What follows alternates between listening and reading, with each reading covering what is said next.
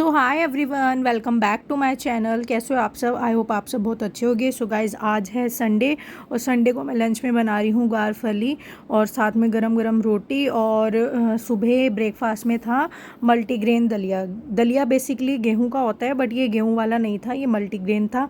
और उसके बाद मैं सीधा आपको मिल रही हूँ शाम को, क्योंकि मेरी तबीयत बहुत ज़्यादा ख़राब हो गई थी, तो मैं सो गई थी, तो मैं ब्लॉग को कंटिन्यू नहीं कर पाई थी।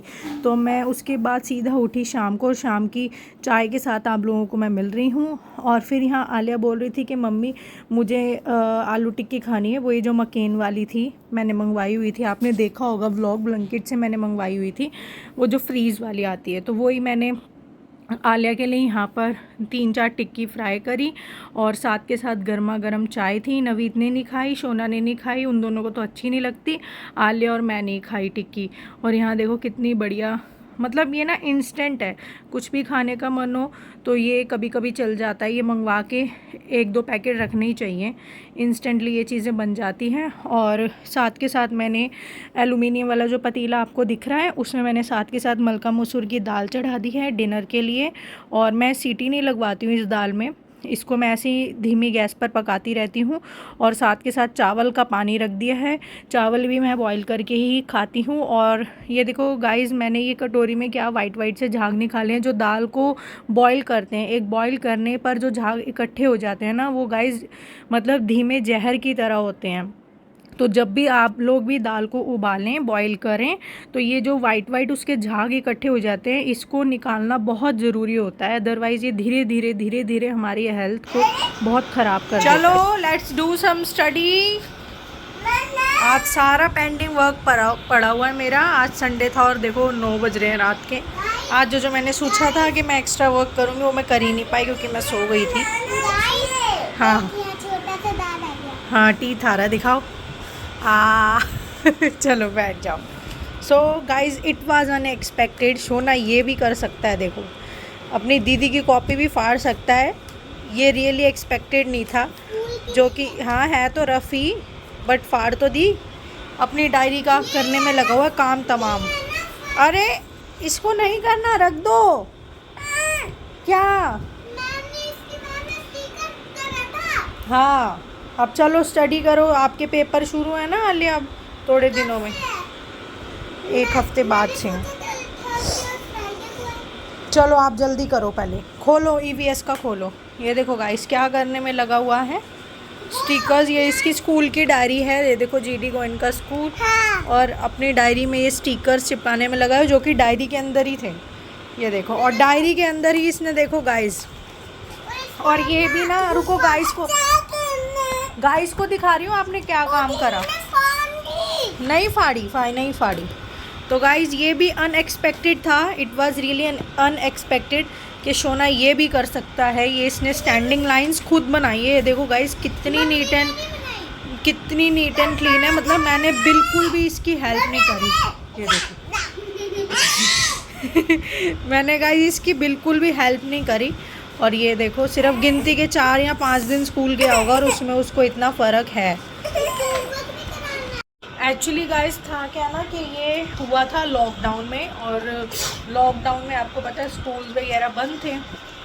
और अब ये 3 साल का हुआ है, अब इसे मैंने स्कूल में करवाया है। और मैंने इसको अरे रुको, दादा कुछ कह रहा है, ये दादा है हमारे घर का। नहीं, रख दो, आप मत उससे पंगे लो। तो गाइस था क्या ना कि ये हुआ था लॉकडाउन में, और आफ्टर लॉकडाउन जब खुला 1 साल ही हुआ, ये दूसरा ईयर चल रहा है स्कूल का, ये लॉकडाउन में, मतलब लॉकडाउन खुले अब बच्चे जा रहे हैं। तो हुआ क्या था कि इस पर मैंने बिल्कुल भी स्टडी में, टू बी रियली ऑनेस्ट, मैंने ध्यान नहीं दिया था, सारा फोकस आलिया पर ही था, क्योंकि ऑनलाइन क्लासेस हो रही थी और उसको टीच भी करना मेरे को ही था।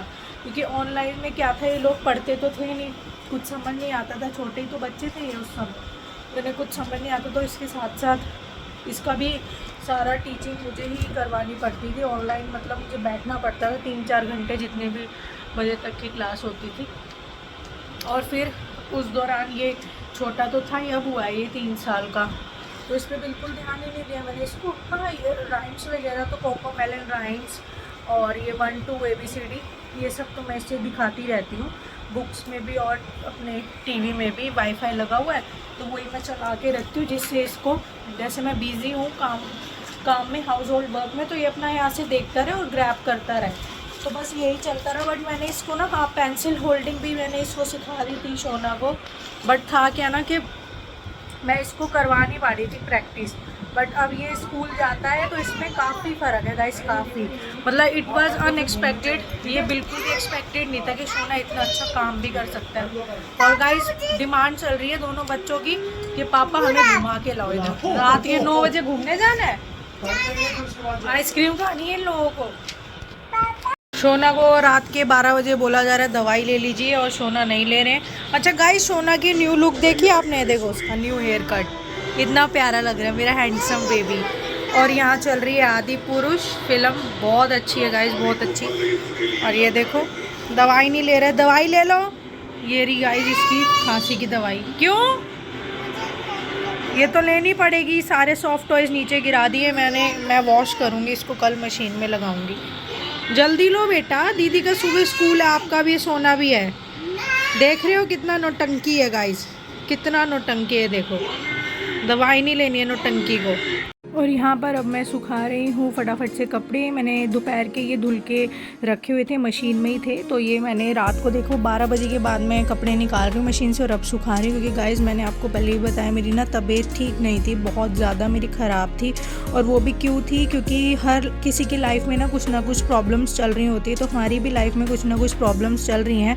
नवीद और मेरी पर्सनली नहीं, बट किसी के साथ हम लोगों की चल रही है। उन लोगों ने ना हमारा जीना मुश्किल कर रखा है। मैं आपको सच बताऊँ, आप लोग मेरी यूट्यूब फैमिली हैं, तो मैं आपसे कुछ नहीं छुपाऊंगी, उन लोगों ने हमारा जीना हराम कर रखा है। और अब वक्त आ गया है कि हम अपनी डिग्निटी के लिए और अपने सेल्फ रिस्पेक्ट के लिए आवाज़ उठाएं।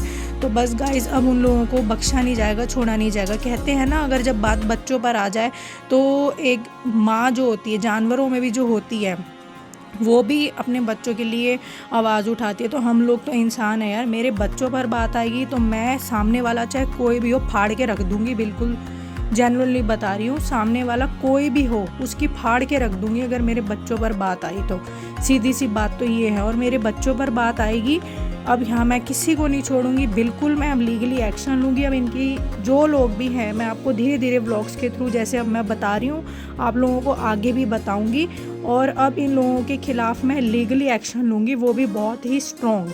अब बहुत हमने आपसदारी दिखा दी, प्यार प्रेम दिखा दिया, बहुत इज़्ज़त रख ली।